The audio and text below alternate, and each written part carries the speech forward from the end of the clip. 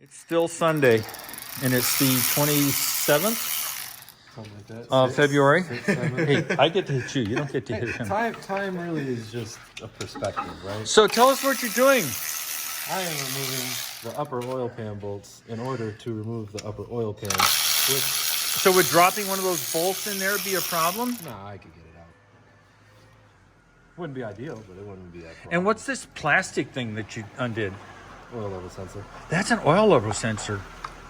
Is it the kind of thing we should replace preventatively, or just say screw it? No, I ain't got nothing to worry about. Ain't got nothing to worry about. Nothing to worry about. She all right. She all right. She all right. And all these bolts the same, the ones in there and the ones out here? Or should we be putting them in a bag and making them different? I'm keeping an eye on them. Right now, all the ones I've taken out are the same. These two right here are longer. Okay. These ones are smaller. But I will, I'll let you know when we get there. What he's saying is, don't bother your pretty little head over these issues. I just don't want you to stress out too much. No, I'm not stressed out. I'm not stressing, Dad. Gotta be here long enough for us to finish, you know?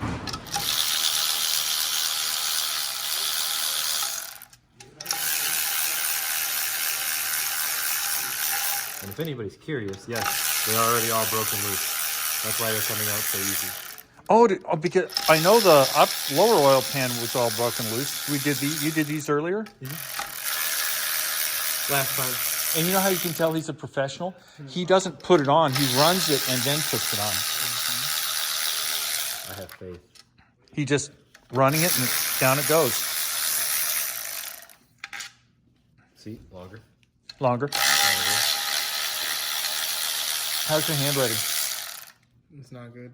Great. Why don't you take one of the big bags, and one of the bags in the Ziploc thing. And there should be a Sharpie underneath that white towel thing. Somewhere there. Another longer one. And write in your best penmanship clearly that it is the upper oil pan bolts. That's a bracket bolt. Took that one out on accident. Got in the rhythm. That can stay in there. Bracket bolt? Yeah. I believe, I forgot. I think it's a line that actually. Oh, there's a bracket that I found. It's over there on the corner. I put it in a bag. I'll look at it in a second. A black bracket. Hey, Cam, you can bring the Prius in so it's fairly well in, because as long as you don't hit the exhaust system.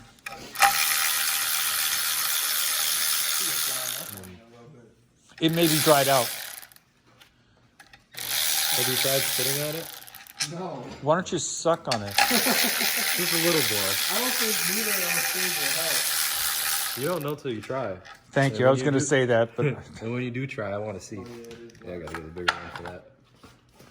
oh yeah, only the Germans would change the size, even though it's on the upper oil pan.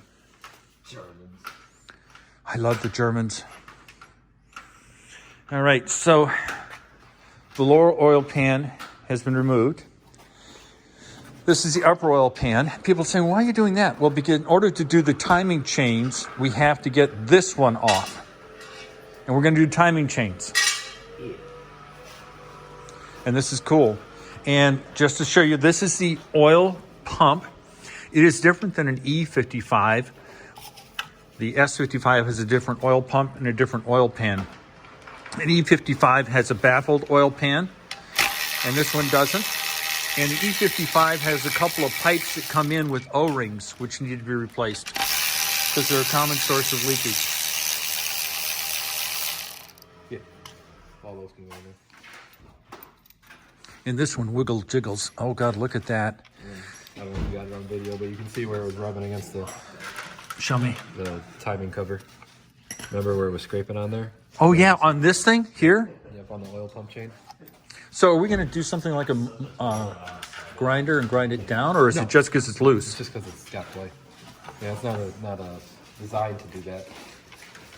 Wow. Those are some big ass chains. Yeah, thick. Double roller from the factory. All right. I know who that is. All right. Adios. Ferme port once you leave. That's French for shut the door. And I think I've got all these things, these gaskets. And the rest should just be RTV. Or is it RTV? Some are RTV, and I've read that there's a bit of a system for some get RTV, some don't. It's all in service information. So Oh, okay. when we go back together after it's all cleaned up, timed again. What do you think about this chain? Is it tight or? It's tight. Right, I have the tensioner out of it, so when we go to time it. Well, that's a nice flashlight. I've got one just like it. Yeah. Any damage to the timing chain guides? Not that I can see, but we don't have the chain out yet. Once the chains come out, we can see if there's any damage. This oil pump one, it's got some wear, but I wouldn't say it's anything. Isn't that weird? It's so loose that it doesn't have any more range in it. And even with it all the way maxed out, it's still wiggling. I guess I would have never expected that. Yeah, I mean, it can play a lot. God, it could jump. Although it's not really timed by anything. it still wouldn't be good to have it jump. It wouldn't sound good, that's for sure. Get it back lined up with how it was. Oh, did I move it? No, you're fine. Now, I have been told that with this, to put zip ties, turn it so that there's apparently the brass one. Yeah, there's apparently a copper-colored one that lines up. If you see it, it's right here. There it is, yeah. And it lines up with some mark here. Same thing up here. There's a left and right side to these. I'm not telling you your job. I'm just telling you what I know. There's another copper one here. There's Yeah. a couple different colors. A couple different ones. Because you got to line up and the cams line with the balance shaft or crank, whatever. I got to look into the timing procedure. I haven't looked into it yet. No problem. We made progress. I'll be honest with you. No, I have no problem with that. I look at it this way. We've made progress. Yes, we got it all. That's all that matters. Yeah, and I'll just put something over here so nothing floats in it. I don't think anything will. A garbage bag over the top. And then hopefully we can put this thing back together this week. This goes... That's the timing chain tensioner. That goes into the side of the front cover. So the front cover goes on. Is that hole over there? Yeah, there you go. So this thing can be reused? No, you're going to get a new one. I'll get a new one. I Great. already have one. You do? Do you have a new one? I don't know. I don't. I don't. Yeah, you might as well put a new one in. That one seems fine, but We're going to all this trouble. you might as well put a new one. Doesn't make any sense to go, oh yeah, we'll reuse it. And then 6 months from now we go, Right. and we say, man, we should have replaced that. Yeah, because I mean, you can reuse them. Yeah, but what's the purpose? Look at all the time and energy that's being put into this. Right. Okay. It's just tighter out. And how does it work? The tensioner? Yeah, does it hydraulically operated or? Yeah. You got a spring in there, but it's also, takes oil pressure, and that's what keeps it going. Okay. Drop. Gravity. Yeah, and it just presses against here. If you see, there's a little in this guide. There's a little Oh yeah. pivot for it, and So it just provides the since there's no spring, Right. and as this thing, I assume it moves. Obviously, it moves, and just trying to figure out. So obviously, it relies on a certain oil viscosity. I'm just talking my ass to now, and as the viscosity changes and the speed changes, pressure changes, or is it a fixed orifice? More like a fixed orifice. Okay. To keep it tight. But give it some flexibility. Yeah. So yeah, it's gonna move a little bit as in and out, but the main thing is to keep it tight. Okay. Once it builds up oil pressure. Now, my impression is that you can put the crankcase pulley here. They apparently line it straight to 40, and then you line those little brass or copper things up with whatever's on the cogs, the sprockets. So before we disassemble the timing chain and take anything else apart, I'll get all the timing marks lined up with how they should be. Yeah. And then we'll take it apart. That way we know that everything's good before you. Yeah, we don't want to burn a bridge. No. You don't want to rotate the engine over incorrectly, bend a valve, or anything like that. You want to be as careful as possible. This is not the time to rush. Nope. You go slow. Yeah. Slow and There's steady. no harm in taking a little extra time. Not at all. Because because if it goes wrong, it's going to go really wrong. And then we have to do something, either fix a valve or do this all over again. No one wants to do that. All right. All right. We are done for the night. We've got valve covers off. We've got the breather cover, valve cover off. We've got the timing chains ready to be done. We've got the front timing chain cover off, which requires that the lower oil pan and upper pan oil pan be taken off, which is one of the reasons we decided to pull the engine from the car, because it was just getting to be a pain in the rear to do it. We did notice that this oil chain is incredibly loose. There is no more travel on this timing chain adjuster for the oil pump. And we don't know if it's because the chain has stretched, which is always a possibility, or if the spring mechanism, which controls the tension here, is given out. I think the chain has stretched because there's no travel left on this timing chain guide, or the oil pump chain guide. And isn't that weird? Who would have expected this chain to have worn out? I don't understand it. I did look at all the teeth with Jacob. He says the teeth look fine. This is a double roller chain. It's nice and tight, but we will not know if any of these timing chain guides are bad, because they are plastic. And plastic obviously fails with time. It gets hot, it fails. But we don't see any defects so far. But we'll know once we pull everything out, get the timing chain pulled out. We will measure, for example, this oil chain with the replacement, and we'll see if this is stretched. It will be interesting to figure out. You can see the teeth here, the teeth on the crank for the oil pump chain, which comes down here, and here's the oil pump. And I think I was explaining earlier, this is a different oil pump setup than an M113K that comes out of an E55. The oil pan is different. It doesn't have the baffling that an E55 has. So I'm guessing what that means is that this isn't as high performance a vehicle as an E55. It just isn't. It also, this is a W220, and I can't remember what an E55 is, but it's not a W220. So it may have that dual oil pan setup and the two drain plugs that you see on E55s, simply because I think it's a different car in terms of the frame. Don't really know, but this is really just a high performance luxury car. And so it's going well. It really is nice to have somebody around who knows what they're doing, because I don't. And I do enjoy his company, along with Umar, his cousin, and Brian and Cam were here working on the exhaust system. So we all had a good time, and things are going well. Now, I asked him, I said, these are for the coolant, and he said, yes, they are. We examined the seals that were here, and they were still soft. That apparently is an issue, that sometimes these seals, these gaskets break, and you get an intermixturing of the oil plus the coolant, which is never a good thing. So right now, I am glad that we are doing this. I'm glad that we're resealing it. Obviously, we need to replace the chains because they're way too loose. I mean, look at that. This tensioner is all the way down, and we still got this much. We'll wait until we see. We've got new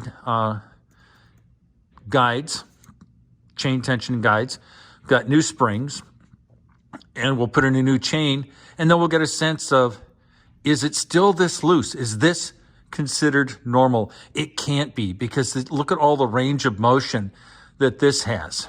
It just doesn't make any sense. But I suspect as the chain wears, the purpose of this tensioner is to keep it tense.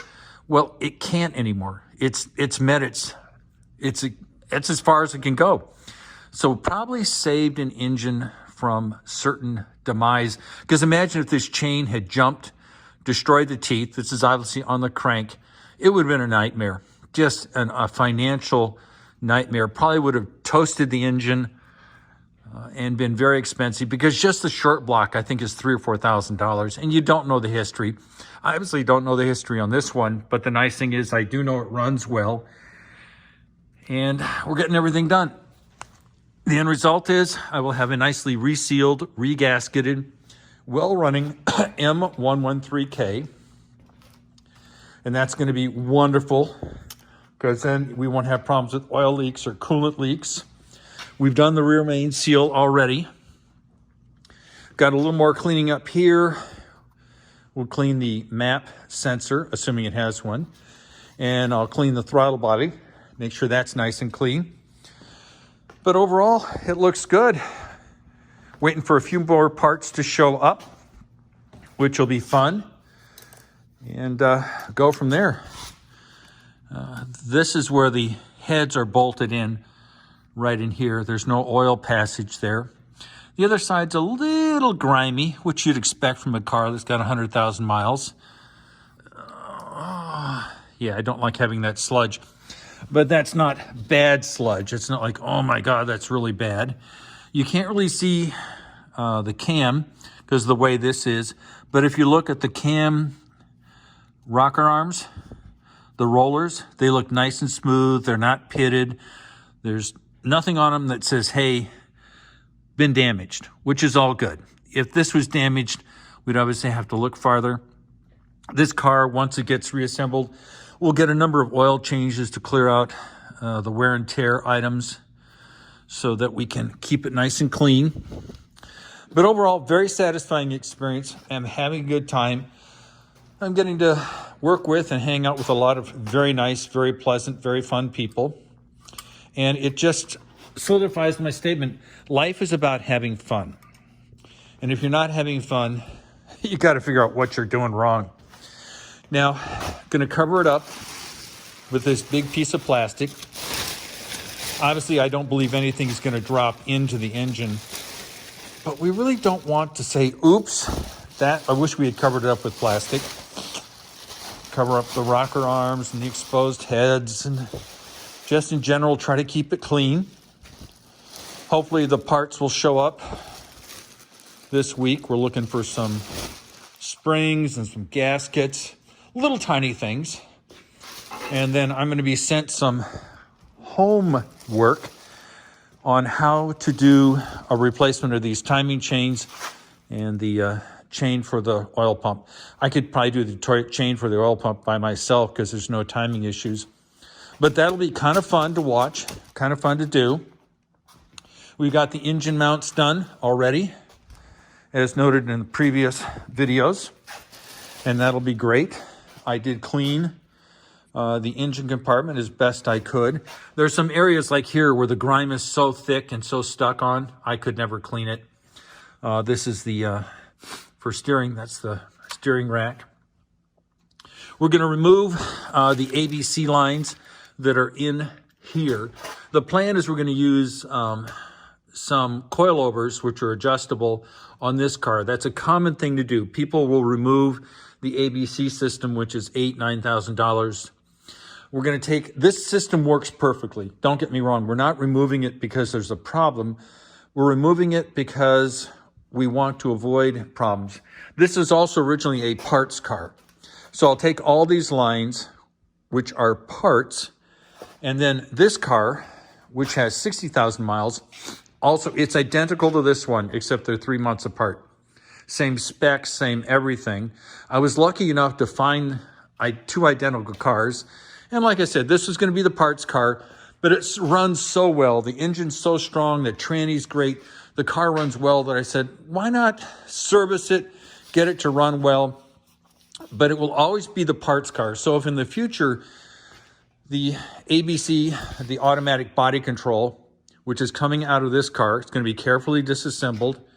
It's coming from a car where it works just fine. There's no leaks. There's no issues. It's had a lot of the correct fluid put into it, which is, oh, can I see the fluid? Yeah, I'll show you the fluid. Hopefully I won't kill myself trying to get over here. But this is the fluid called CHF, congestive heart failure 11S. It is used in the automatic body control as the operating hydraulic fluid. One of the reasons these systems fail is because people don't change the filter in the pump. I've already done that. And they don't change the fluid. I've done that multiple times. So all of these lines, all of the shocks, these hydraulic shocks here, a little hard to see in the dark, all have clean virgin fuel. There isn't a bunch of debris in these shocks. So all this will be saved as spare parts. We're going to run this car with the ABC system. We're going to run this car with the yellow performance shocks, yellow racing shock, which I've purchased, but it'll take 2 weeks to get here. We'll remove all of the ABC system out of this car. They're identical cars. We'll run this one with ABC. We'll save the parts. So when this one in the future needs a part, and the parts are very expensive, we'll have known used spares. So we can keep this car running as Mercedes designed it with the ABC by using all the spares out of this car, which we know run great, all the fluids in them clean. So if they sit for a year or two, the shocks, the lines will have clean, wonderful fluid in them. We'll store them, use these as replacement parts, avoid the incredible expense of new parts. And then as a grin, hopefully we're able to pull this off, we'll have this with coilovers, this one with the Mercedes designed ABC. And since they're twins, we'll then have a number of people come over and we'll have them drive the two cars. We'll label one car A and car B, and we'll let them drive the cars and sort of tootle around and say, do you have a preference? Do you like this one or this one? They will not know that this has coilovers. They will not know that this one has the ABC system. And since they're identical cars, we'll get an honest opinion. Let's say, oh, maybe I like the car with the coilovers. They won't know there's coilovers in there. Or maybe they'll say, oh, I really prefer the ABC system. Because one of the things people talk about switching over from the ABC system is that most people can't tell the difference. And I thought, what a golden opportunity to let the internet know whether two identical cars, one with coilovers, one with ABC, if the drivers who don't know which one is which can actually pick out which one is the ABC and which one is the coilovers. So we may finally have an objective way of deciding whether the ABC is worth the money and the hassle or coilovers are just as good. We don't know, but it's been fun. So hope you're having a good day. This was a great day. Oh, it was so much fun. And we're making great progress on the engine, which is always nice. And life is good. Once we're done with this car, we'll immediately go over to this one because they've got all the parts to do the same thing we're doing on this car. So I'll have two vehicles that are running well. The engines have been refreshed and they'll go for another 50, 60, 70,000 miles, which obviously in cars like this, maybe a decade or more of driving time. And it will be a great experience. And then of course, since I have a lot of help, they'll help me do the BMW in terms of injectors. I've never done those before. I've got to put new hoses on the RX-8, but I'm definitely getting better. So it was a good day. Hope you're all having a wonderful time. And I love you. Talk to you later.